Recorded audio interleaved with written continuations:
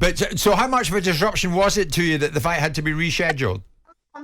It was disappointing, but I definitely understood why. But just going from an 11-week camp to a 16-week camp, it didn't do any harm. If anything, it just made me upset because, you have plans to do stuff after the fight. So I had to reschedule some things, but just got right back in the gym. I took about 3-4 days off, got right back in the gym and just kept building off what I was building on. The thing about being a good fighter is, you realize that you have flaws and you have things to work on. So we were just like, let's just continue working on the things we were working on and perfecting the things that's already perfect. So did you have to do a kind of mental reset for a second time? Yeah, I had to just take the 4 days to just like relax, go get my hair done, feet done, go and get in the jacuzzi, go for it. Eat some Nando's. I had to reset up in that way. I get it. I don't think so. We know the absolute athlete that you are, but we're thrilled you joined us this lunchtime. What do you think of Savannah Marshall? I mean, honestly, do you dislike each other? I mean, she just like me because I'm way greater than her. That's it. People keep trying to make it seem like it's me. I'm more vocal, but I never had. How can I hate on somebody who got way less accomplishments than me in every category? We can go to the amateurs. My amateur pedigree was better than hers. We can go to the Olympics. My Olympic pedigree better than hers. We can go to the pros. I'm 5 years pro, 12-time world champion. She's 5 years pro, 1-time world champion.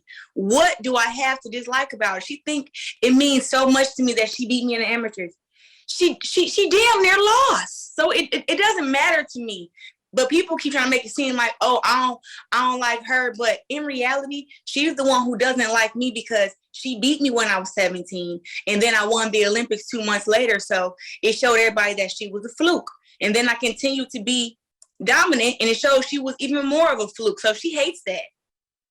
A lot's been made, Claressa, of that amateur situation. Obviously, something similar in the men's boxing when Dillian Whyte fought Anthony Joshua, because Dillian Whyte had beaten Anthony Joshua dispatched him in the pro fight.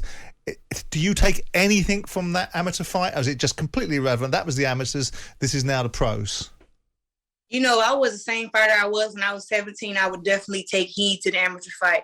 But great thing that I'm not. I have grown from when I was 17. I've grown from that fight. I've learned how to beat every style that there is in boxing. And I just don't see nobody being able to match me. Now, if she's went to the gym and Peter Fury said, oh, she's gotten faster, she's punching harder, she's picked this up and, done this better. Hey, say whatever you want. But guess what? It's going to take you more than 3 months to change all that, to change the fact that she punches slow, to change the fact that she have terrible defense, to change the fact that she throw punches and she's open for other shots. It's going to take you more than 3 months to fix that. And also, just my output. She's not going to be able to keep up, but if she's, if her goal is to land a big punch, guess what? I'm going to be right there in front of her so she can land it. What do you make to the landscape, Claressa? You're coming over to the UK in a unique fight where it's an all-women's bill. The interest is significant. You are a superstar in your own space. You're a very clever girl in terms of your own broadcasting deals and the things that you've done with yourself. So you know your own value. What do you make to the landscape of the interest and intrigue and size and scale of this fight in the UK as compared to potentially back in the US?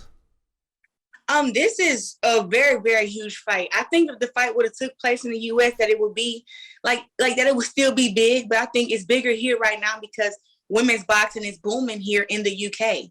And the reason why I'm here, even willing to fight in the U.K., is because the U.K. is giving so much love to the women fighters. Yep. I mean, I'm getting paid a lot. They're putting a lot behind the promotion, a lot behind selling the fight, a lot behind just building both of our brands and everything. So I'm just super excited to be here. But wherever women's boxing is popping at, that's where I'm going to be at because I'm the best. What do you expect? Obviously you expect to win. The people talk about Savannah's power. They also talk about her mindset changing. The one thing that she suffered from in the past was a lack of confidence. She doesn't suffer from that anymore. What do you think? I know you're going to say, I don't care what she does, but what do you think your biggest challenges are in this fight, Claressa? she doesn't suffer from being weak-minded anymore? How come? I'm just saying what they're saying, what her coaches are saying, and what's being said about her. They don't even know what they're talking about. Of course, somebody will have confidence if you letting them fight against 147-pounders and giving them 3 days notice and they're knocking them out. But she has false confidence. That's the problem. False confidence. She hits hard though, doesn't she? She ain't hit me hard when I was 17 because I don't recall no knockdowns or no 8 counts. She'll have a huge home support. That doesn't bother you, Claressa?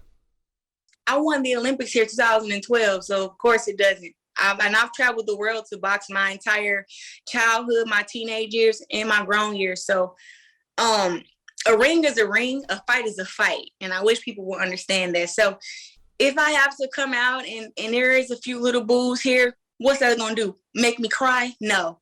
I'll just get in the ring and make sure I beat Savannah Marshall up. And then it'd be like a Rocky movie. Everybody that was cheering against me will be cheering for me after. Is there any rematch clauses in here, Claressa? Because both of you coming in with belts, and one of you is going to go out with all the belts. Is any rematch clause from either side in this? It is a rematch clause. I don't know why Marshall said that, but the rematch clause is if it's a controversial decision, you know, if it's not clear cut. Yeah, I've never had a fight where it wasn't a rematch clause involved in it. Okay. So what can we expect then this coming weekend? What can you promise us at this stage, Claressa? I can promise you it's going to be an exciting fight. You're going to get two different styles, you know, her style versus mine. You're going to get two women who don't want to back down from each other, who have a lot to prove. And it's going to be competitive early on, I feel. And then I'll be able to show you why I consider myself and why others consider me the GOAT, because I have great skills, and I can't wait to show that here in the UK.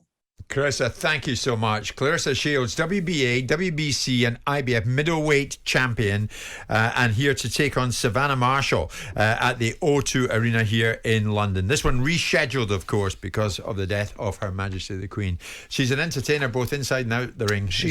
In women's boxing, she's a superstar. She's also an incredibly smart young lady in terms of her own image rights, her own broadcasting opportunities. She knows her worth.